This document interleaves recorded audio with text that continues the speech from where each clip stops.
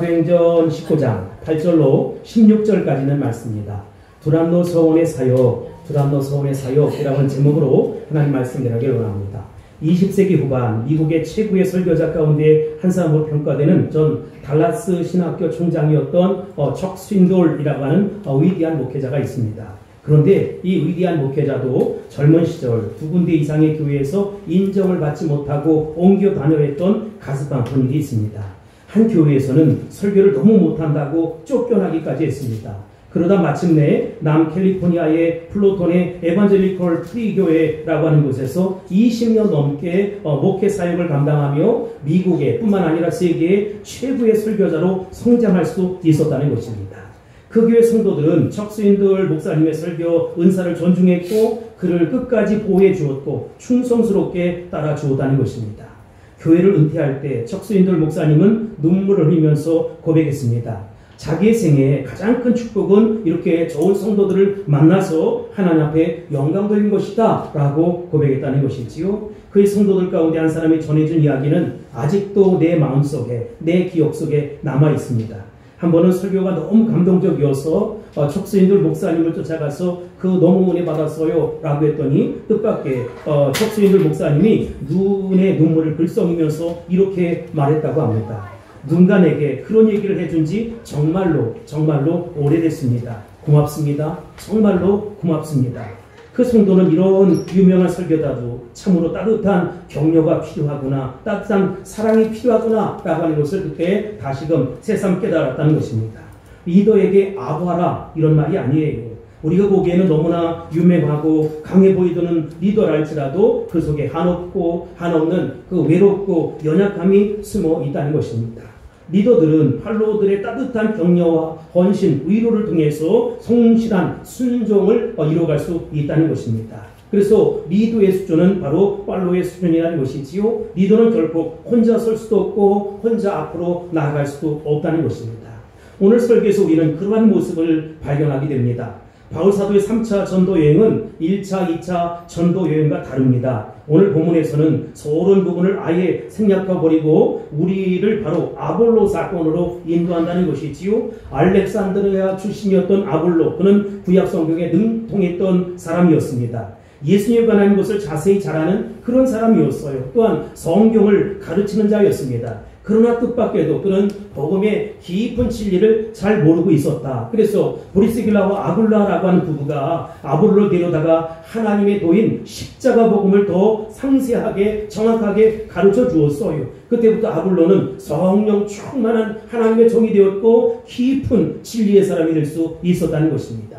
사도행전 19장에 들어가서 바울사도는 에베소에 있는 그리스도인들을 만나 질문을 던집니다. 뭐라고 던지느냐? 너희가 믿을 때 성령을 받았느냐? 이것이 바울사도가 그들에게 한 첫 번째 질문이었고 3차 전도 여행의 첫 번째 질문과 똑같다는 것입니다. 19장 2절 말씀에 보면 너희가 믿을 때 성령을 받았느냐? 라고 물을 때 아니라 우리는 성령이 있음을 듣지 못하였노라 라고 대답해요. 3절에 보면 그러면 너희가 무슨 세례를 받았느냐? 라고 질문했더니 요한의 세례니라 라고 대답했어요. 19장 4절로 6절 말씀에 보면 요한이 회개의 세를 베풀고 백성에게 말하되 내 뒤에 오시는 이를 믿으라 하였으니 이는 곧 예수라 하거늘 그들이 듣고 주 예수 이름으로 세례를 받으니 이 세례가 무슨 세례냐? 불세례라는 것입니다. 성령의 세례를 받으라는 것입니다.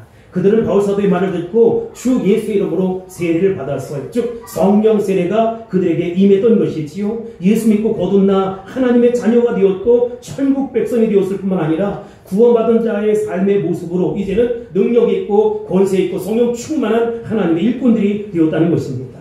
그들 속에 변화가 임한 것입니다. 세상을 변혁시키고 뒤집을 수도 있는 그런 능력이 그들에게 고스란히 임했던 것입니다. 성령 세례와 함께 그들은 그렇게 기뻐 뛰며 하나님 앞에 영광 돌릴 수 있었어요. 바울사도는 그들에게 안수를 했습니다. 그러자 방언이 터지고 예언을 하기 시작했습니다. 능력이 나타나기 시작했습니다. 여러분, 이들이 얼마나 기쁘고 즐겁고 행복했겠습니까? 여러분들에게도 똑같은 성령의 강력한 기름 부으심과 은사가 나타날 수 있기를 주의 이름으로 축원합니다. 축복합니다. 보통 우리는 교회 왔다 갔다 하며 예수 믿다가 오늘 하나님의 성령과 예수 그리스도의 실제적인 임재를 경험하고 영으로서 주님을 체험했을 때, 야, 정말 나에게도 이런 일이 있구나 라고 하면서 놀라운 충격을 받게 되고 변화의 놀라운 역사를 받게 된다는 것입니다. 그런데 여러분, 그 은혜 받은 사람만 아는 것이지요. 이것을 경험하지 못한 사람들은 지금 그가 무슨 말을 하는지 전혀 이해할 수가 없어요. 그래서 그럴 리가 있나? 그럴 수도 있나? 라고 묻는 것이지요. 예수 믿는 것은 다 그렇고 그런 것이지 라고 그저 생각할 뿐이에요. 그러나 여러분, 그렇지 않습니다. 지금 이 사람들은 성령 충만했습니다. 그리고 말씀에 놀라운 변화가 일어났습니다. 그리고 삶에 놀라운 변화가 일어났을 뿐만 아니라 새로워지고 달라졌다는 것입니다. 예수님의 12 제자들이 바로 이런 경험을 하지 않았습니까? 3년 동안 예수님과 함께 먹고 마시고 입고 자고 메시지를 듣고 기적을 보았을 때 그들에게 경험했던 것은 목마른 구원이었어요. 그들이 오순절 성령을 충만에 체험했을 때 성령이 바람같이 임하는 모습을 보았을 때 불의 혀같이 갈라지는 모습을 보았을 때 비로소 성령 충만함을 얻게 되었다는 것입니다. 그들은 그래서 성령의 말하게 하심을 따라 말하게 되었고 예수복음 십자가 복음을 전하기 시작했어요. 그들은 방 안에 머물러 있을 수 없었습니다. 그래서 박차고 뛰어나가서 예수 믿으세요, 예수 믿으세요 하고 십자가의 복음, 생명의 복음을 전하기 시작했다는 것입니다. 제가 볼 때 성령 받은 사람은 그냥 그 방 안에 있을 수가 없는 거예요. 밖으로 튀어져 나가는 것이지요. 어떤 사람은 얼마나 넓게 또 깊게 튀어나가는지 중국에도 가고 말레이시아도 가고 저 아마존에도 가고 아프리카도 간다는 것입니다. 성령이 임하자 제자들은 새로운 사람이 되었다는 것입니다. 새로운 경험을 할 수 있었다는 것입니다. 여러분도 예수 믿지요? 구원받은 하나님의 자녀 맞습니까?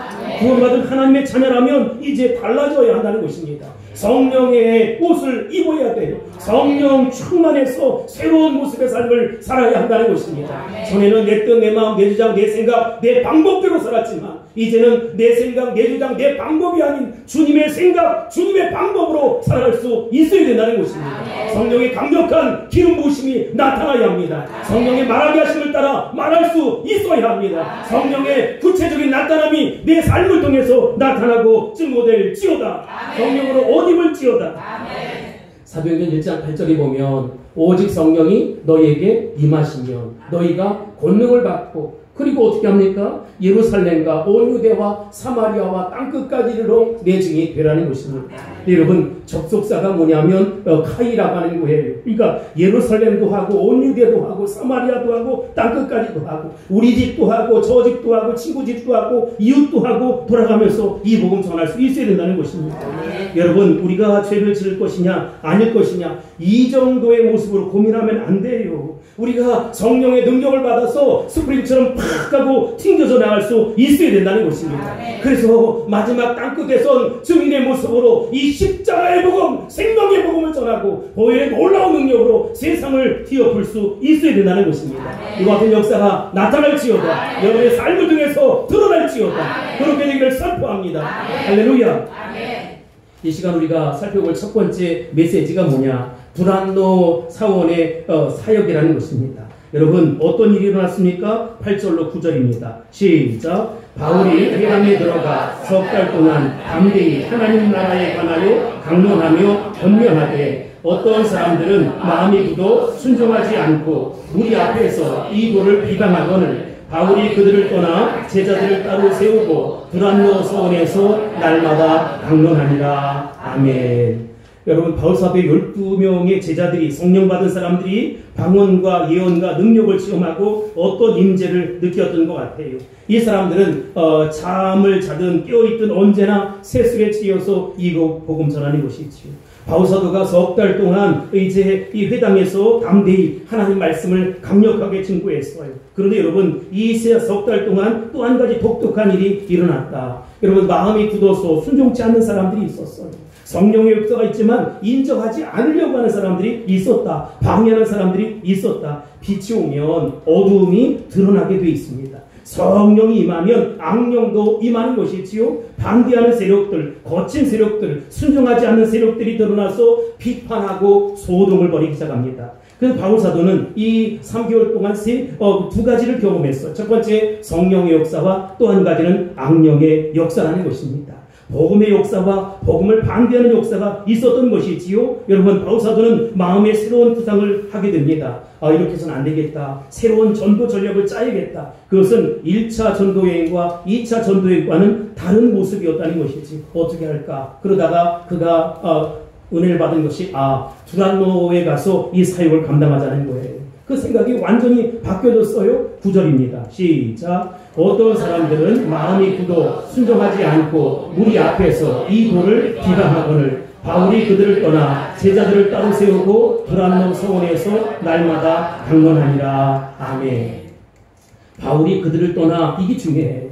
바울사도는 3개월 동안 전도하다가 새로운 아이디어를 갖게 되었다. 생각을 갖게 되었다. 떠나야겠다. 바울사도는 반대를 쌓는 이 사람들과 싸울 시간이 없었다. 어떤 사람들은 투쟁하고 반대하느라고 자기 세계를 다 바칩니다. 반대하고 투쟁하는 일보다 새로운 일을 시작하는 것이 훨씬 더 낫지 않겠습니까? 여러분은 투쟁하고 반대하는 일 위해서 일생을 보내지 않게 되길 바랍니다. 물론 그럴 때도 때로는 중요할지도 모르겠어요. 어떤 때는 항의도 해야 하고 어떤 때는 투쟁도 해야겠지요. 그러나 여러분, 그보다 더 중요한 것은 새 일을 감당할 수 있어야 된다는 것입니다. 우리에게 맡겨주신 새 일, 나에게 맡겨주신 새 일을 감당할 수 있어야 된다는 것입니다.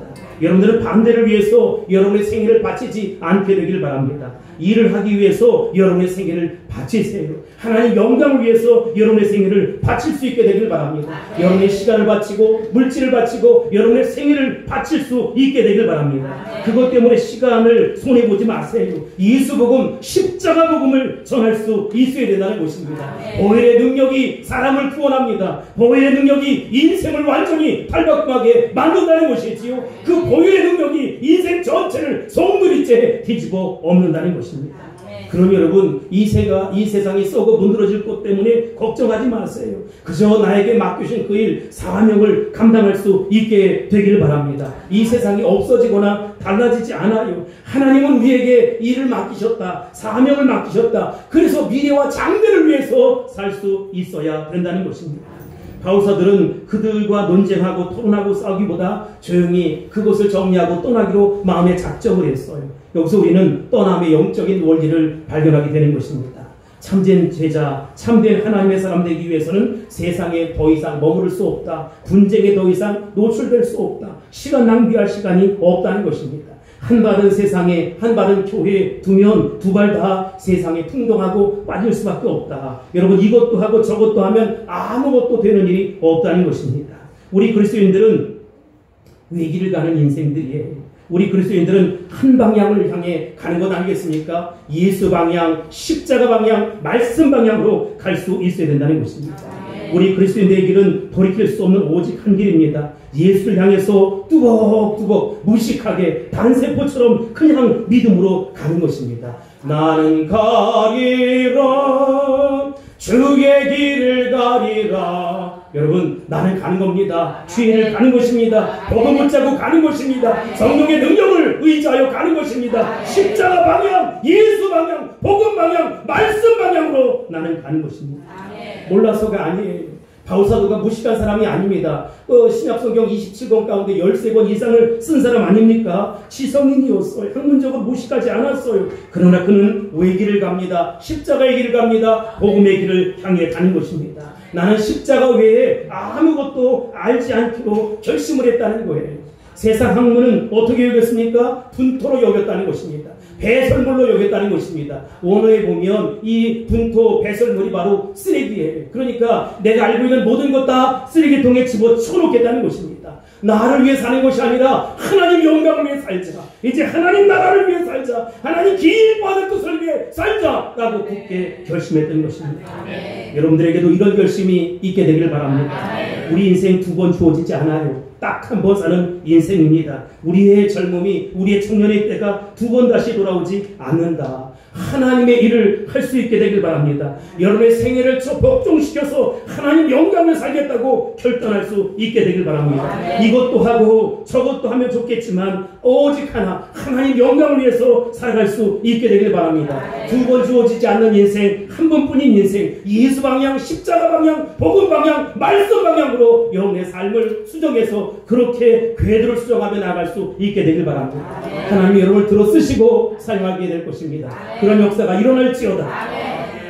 우리가 두 번째로 살펴볼 메시지는 따로 세우는 거예요. 두란노 서원의 사역이란 무엇입니까? 떠나는 사역이에요. 성령의 음성을 듣고 따로 세우는 사역입니다. 사도행전 13장에 보면 안디옥 교회가 성령의 음성을 들었어요. 13장 2절에 보면 내가 불러 시키는 일을 위하여 바울과 바나바와 바울을 따로 세우라, 이런 말씀을 했어요.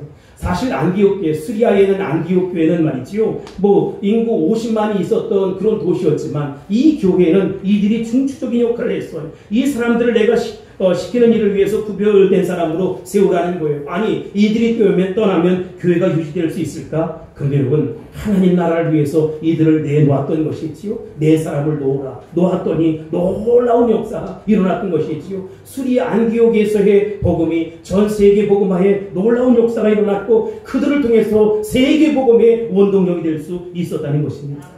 하나님은 구별된 사람, 헌신된 사람, 한 가지를 위해서 결심된 사람, 이 사람을 들어 쓰신다는 것입니다. 세계 민족과 열방을 향해 그들의 마음이 가게 만들었어요. 바울사도는 많은 사람을 선택한 것이 아니라 소수의 12명을 선택했습니다. 예수님에게 12계자가 있었던 것처럼 여러분, 그 당시에 12명이 있었던 것은 아니에요. 예수님도 500의 형제가 있었고 70명의 전도대가 있었고 12명의 제자가 있었지만 바울사도에게 수많은 하나님 사람들이 있었지만 특별히 12명을 뽑아서 하나님 나라를 이제 이뤄가는 것입니다. 바울사도는 한 가지만 충성할 수 있는 12명을 택해서 두란노 서원에서 이제 훈련을 시킨 거예요. 제가 이 두란노 서원에 갔을 때 가이드가 그런 얘기를 하더라고요.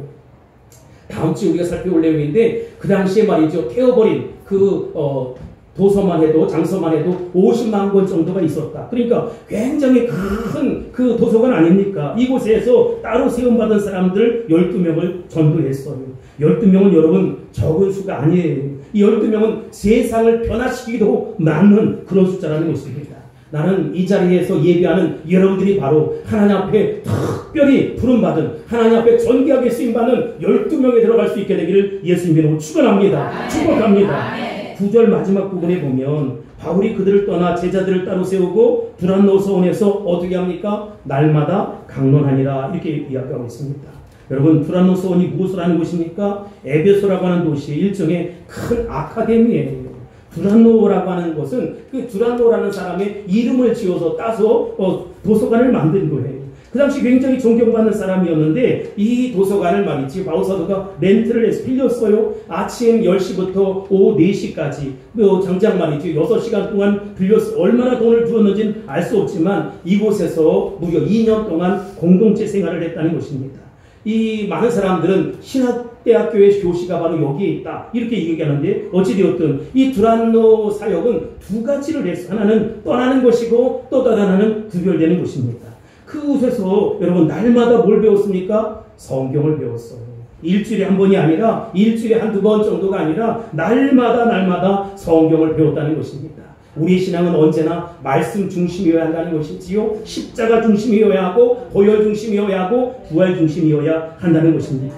여러분, 날마다 모일 수 없어요. 사는 게 얼마나 바쁜데 직장 생활도 해야 되고 사업도 해야 되고 장사도 해야 되고 얼마나 바쁩니까? 이해할 수 있어요. 그러나 여러분, 우리가 중요한 것은 날마다 말씀 중심의 삶을 살 수 있어야 된다는 것입니다. 내 안에 십자가 보혈이 흐르는 삶을 살 수 있어야 된다는 것입니다. 나는 여러분들 모두가 다 말씀 안에 잠잠히 정말 하나님을 바라보고 하나님만 의지할 수 있게 되길 바랍니다. 말씀 속에서 훈련받자, 말씀 속에서 연단받자, 머리부터 발끝까지 하나님 말씀으로 완전히 세탁하자, 이런 마음을 가질 수 있게 되길 바랍니다. 우리가 마지막으로 살펴볼 메시지는 공동체 생활과 말씀 훈련입니다. 10절 볼까요? 시작. 2해 동안 이같이 하니 아시아에 사는 자는 유대인이나 헬라인이나 다 주의 말씀을 듣더라. 아멘. 2년 동안 바울 사도는 소수 12명을 위해서 한 장소에 머물렀고, 여러분도 이렇게 할 수 있겠습니까? 정말로 하나님 영광을 위해서 내가 2년을 딱 띄워서 투자를 한다. 예수님도 제자들을 불러 그렇게 했잖아요. 3년 반 동안 훈련을 하셨잖아요. 다시 한번 기억합시다. 대중은 세상을 변화시킬 수 없어요. 대중은 한 번도 세상을 변화시킨 적이 없다. 변화시키는 것은 소수정예의 사람들이다. 거듭난 사람들이다. 구별된 사람들이다. 선택된 사람들이다. 하나님 말씀 앞에 헌신된 사람들이라는 것입니다. 그들을 통해서 세계 민족과 열방이 주님 앞에 돌아오는 것이지요. 사실 변화는 자기 생의 한 부분을 딱 잘라서 드리는 것이지요. 잘라내야 합니다. 헌신자나 사역자들은 집중적으로 하나님 말씀 앞에 헌신하고 훈련을 받는 것이지요. 그래야 예수 닮은 하나님의 사람으로 세워지는 것입니다. 그래야 거듭나는 것이고, 그래야 하나님 영광 위해서 진짜 살아갈 수 있는 일 아니겠습니까? 여러분, 우리가 붙잡아야 될 것은 오직 십자가, 예수 십자가입니다. 뿐만 아니라 고유의 능력을 의지하는 삶을 살 수 있어야 된다는 것이지. 그래야 부활로 연결된 것이고 은혜의 새 아침을 맞이하게 되는 것입니다. 두란노 서원에서 그들 2년 동안 아무 일도 하지 않았어요. 생각 같아서는 나가서 전도도 하고 싶은 일이 많이 있었겠지만 그들은 2년 동안 스스로를 절제했어요. 2년 동안 매일 말씀의 훈련을 받았습니다. 그런데 여러분, 무슨 일이 생겼습니까? 10절 말씀을 다시 보면 두 해 동안 이같이 하니 아시아에 사는 자는 유대인이나 헬라인이나 다 주의 말씀을 어떻게 되었습니까? 듣더라. 이렇게 말씀하고 있습니다. 선교가 이루어진 것입니다. 전도가 이루어진 것입니다. 공동체 생활을 하면 설교가 이루어지는 거예요. 아무 일도 안 하는 것이 아니라 큰 일이 일어나는 것입니다. 마치 마그마가 그 안에서 꿈틀꿈틀 움직이는 것처럼 일일이 돌아다니지 않고 일일이 전도하거나 설교하지 않았는데도 그들이 모여서 말씀 배우고 그들이 모여서 기도하고 그들이 모여서 예수 사랑으로 다져질 때에 하나님의 나라가 그 속에서 아름답게 진행될 수 있었다는 것입니다. 따라서 우리 물대동산교회 성도들 가운데도 이렇게 예수 심장으로 살았으면 좋겠습니다. 정말 예수 중심, 말씀 중심에 내 인생을 걸고 하나님 나라 선교 완성을 이루겠다고 결심하고 나아갈 수 있게 되길 바랍니다. 하나님은 자기 생애를 바칠 사람, 정말로 나의 젊음을 바칠 사람, 나의 물질을 드릴 사람, 나의 온 인생을 드릴 그 사람을 지금도 찾고 계신다는 것입니다. 그런 사람을 통해서 하나님 나라가 세워져가는 것이고, 그런 사람을 통해서 하나님 나라 선교 완성이 이루어져가는 것이고, 그런 사람을 통해서 하나님 나라가 부흥되는 것입니다. 여러분들도 그렇게 쓰임받을 수 있게 되길 바랍니다. 그때까지 우리가 조금 참고 견디고 인내할 수 있어야 돼요. 우리가 조급한 마음속에 빨리 간다고 되는 일이 아니에요. 조급함은 마귀가 주는 장난이에요. 조급함 때문에 일을 망칠 수 있어요. 그러니까 믿음으로 끝까지 기다리는 것입니다. 조급해하는 것이 아니라 하나님이 역사하실 때까지, 하나님이 나의 삶 속에 오셔서 역사하실 때까지 참고 기도하고 준비해서 정말 마그마가 빵 터져서 정말로 지진이 일어나고 그렇게 화산이 폭발하는 것처럼 그런 놀라운 역사가 여러분의 생애 속에도 나타날지어다. 그를 선포합니다. 여러분, 우리가 한 방향, 예수 방향, 십자가 방향으로 나아가자. 여기 10절, 아시아에 사는 유대인이나 헬라인이나 다 주의 말씀 어떻게 했습니까? 듣게 되었어요. 10절에 나타난 것처럼 두란노 서원에서 그들이 삶을 헌신하고 구배하고 이렇게 했을 때 두 가지 역사입니다. 첫째, 모든 사람이 복음의 소식을 듣게 되었다. 우리가 돌아다녀서 전도해서만이 아니라 정말 그 놀라운 역사가 일어난대. 우리 물대동산교회를 통해서 놀라운 역사가 일어난대. 비밀 같은 역사가 일어난대. 하나님 나라가 아름답게 세워진대. 이런 소리가 들려질 수 있게 되길 바랍니다. 이처럼 선교란 말씀 사역의 결과물이다. 하나님 말씀 앞에 우리가 서면 선교의 놀라운 역사, 전도의 놀라운 역사가 일어난다. 이게 바로 전도의 원리이고 영적인 원리입니다. 두 번째, 두란노 사역의 사역을 보면 무슨 일이 일어났습니까? 11절, 12절을 봅시다. 시작. 하나님이 바울의 손으로 놀라운 능력을 행하게 하시니 심지어 사람들이 바울의 몸에서 손수건이나 앞치마를 가져다가 병든 사람에게 얹으면 그 병이 떠나고 악기가 나가더라. 아멘. 첫 번째, 복음이 들려질 뿐만 아니라 두 번째, 능력이 나타났어요. 여러분, 포기해 보십시오. 능력이 나타납니다. 포기하면 다 잃어버린 것 같고 죽을 것 같지만 가장 중요한 것을 얻게 되는 것입니다. 결심하고 결단하세요. 한 방향으로 나아가세요. 반드시 하나님의 축복이 쏟아져 온다는 것입니다. 이들이 2년 동안 함께 살면서 집중해서 하루 종일 훈련을 받았어요. 아니 도대체 우리가 왜 이래야 되지? 하고 12명이 말이지요. 몸부림치며 거기서 기도하고 준비했어요. 물론 여러분 능력은 갑자기 생길 수도 있지만 이렇게 그들이 2년 동안 충만하게 말씀에 젖어 있고 말씀으로 완전히 개조가 되었을 때 말씀 앞에 붙잡혀 있을 때 심령의 불이 일어나게 되었고 하나님의 능력의 불이 떨어지게 되었다는 것입니다. 그런 일이 12절 12절에 나타났어요. 이 능력이 얼마나 놀라운지 성경은 놀라운 능력이다 라고 기록하고 있습니다. 놀랍고 참 이해하기 어려운 일이 막 일어나는 거예요. 이 능력이 얼마나 놀라운지 바울사도의 손수건이나 앞치마를 가져다가 병든 사람에게 얹으면 다 낫게 되었다는 것입니다. 그러니 바울사도가 직접 손을 댔을 때는 능력이 어떻게 나타날 수 있을까? 여러분 말씀 훈련과 신앙 공동체의 능력이 이런 것입니다. 따라서 여러분 결심해야 돼요. 내가 정말 하나님 영광을 산다. 내가 죽을지라도 하나님 영광을 산다. 죽으면 산 역사가 있어요.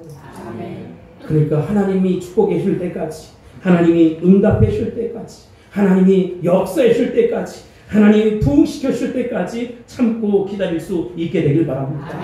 하나님이 역사하시면 됩니다. 본문에서 놀라운 능력이 두 가지 나타나는데 첫 번째 귀신이 떠나갔어요. 영적인 능력이지요. 두 번째 병이 났습니다. 육적인 능력입니다. 영적인 능력과 육적인 능력이 동시에 나타나게 되었다. 어떤 사람들은 가만히 쳐다보기만 해도 그냥 그에게 능력이 나타나는 것을 볼 수 있어요. 그런 사람하고 이야기만 해도 마음이 평안해집니다. 그리고 능력에 접촉되는 느낌을 갖게 되는 것이지요. 그와 같이 있기만 해도 내 마음이 깨끗해지고 정화되는 모습을 경험하게 되는 것이지요. 보고만 있어도 마음이 따뜻해져요. 그 사람의 이름만 부르고 생각만 해도 좋습니다. 이런 놀라운 능력이 여러분의 생애 속에도 나타날지어다. 아멘.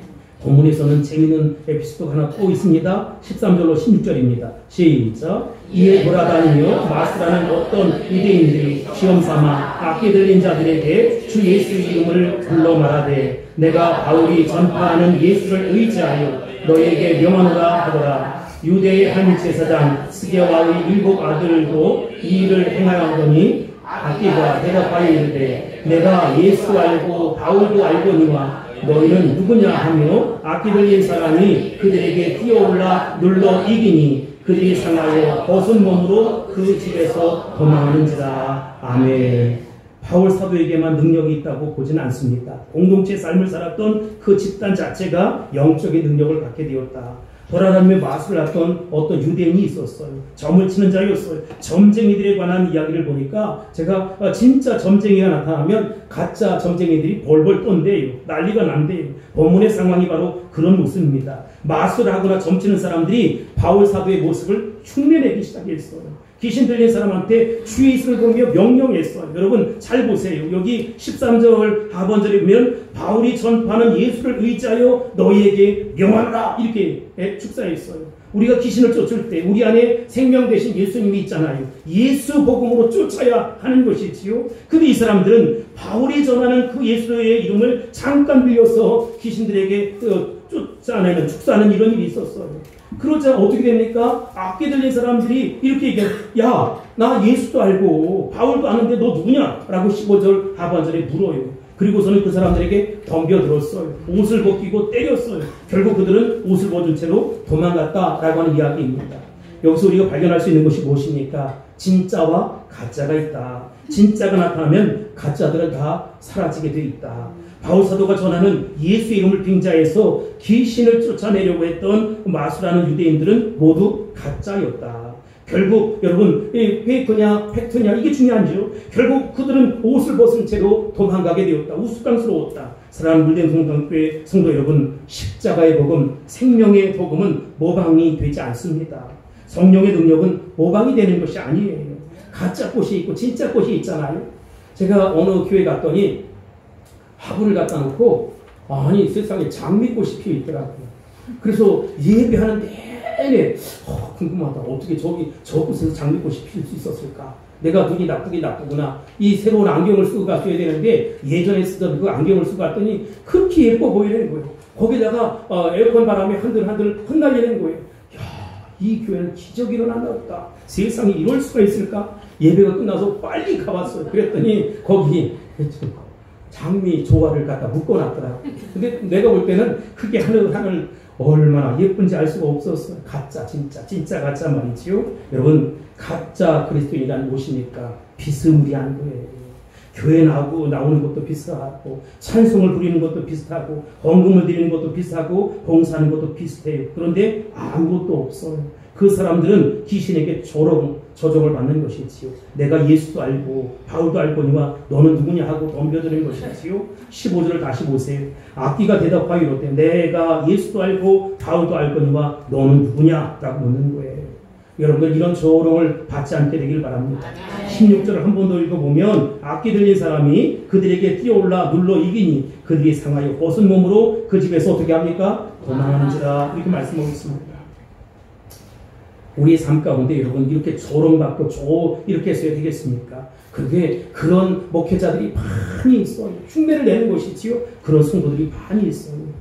영적인 능력을 잃어버린 교회의 모습입니다. 사도행전 3장 6절에 보면 내게 은과 금은 없다는 거예요. 베드로 사도가 내게 은과 금은 없거니와 내게 있는 것으로 내게 주노니 곧 나사렛 예수의 이름으로 일어나 걸으라고 명령합니다. 여러분 저기 본문을 다시 한번 보세요. 내게 은과 금은 없거니와 내게 있는 것이 있다는 거예요. 그것을 내가 주겠다는 것입니다. 그게 뭡니까? 나사렛 예수 그리스도 이름으로 일어나 걸으라는 것입니다.